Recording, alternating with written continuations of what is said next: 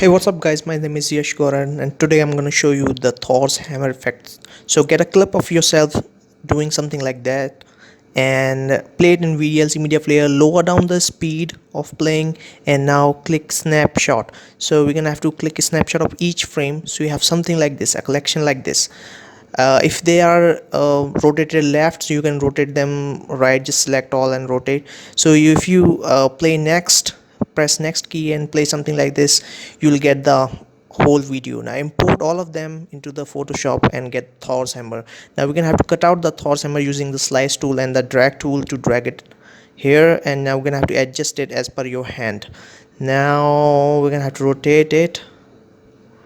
Okay, next add some blur to it, some motion blur, adjust the direction, add some blur, adjust the blur, and now we're gonna have to duplicate the layer so we can get another hammer as well, which is following it. You can lower down the opacity, draw something like this on the paint and drag it here in the Photoshop and cut out it so it looks like a following motion of the hammer.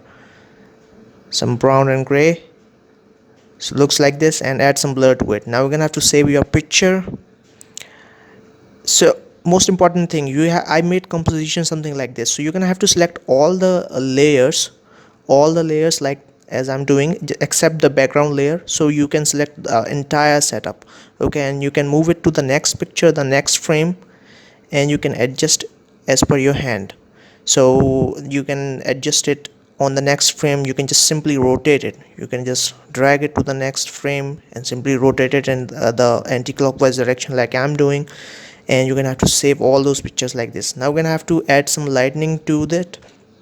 So I'm lowering down the opacity so it looks something like this. Okay, now we're gonna have to add some lightning effect to the tower itself. I'm adding some light to it and the sonic boom effect using the brush tool, so it looks something like this after all the effects. Looking cool, huh?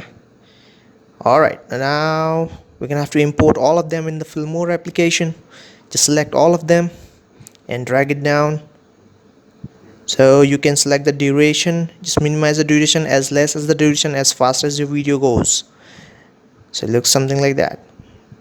Okay, now we are adding some effects, so let's just add the shake effect in the library. You can find it in the Filmora application. So at the time of strike, I'm adding the shake effect and the lightning effect as well. So I'm adding some exposure, some brightness at the time of strike, adding some sound effects, some hammer spin effect, and the Thor's strike effect. After all edited and done, your effect looks something like that.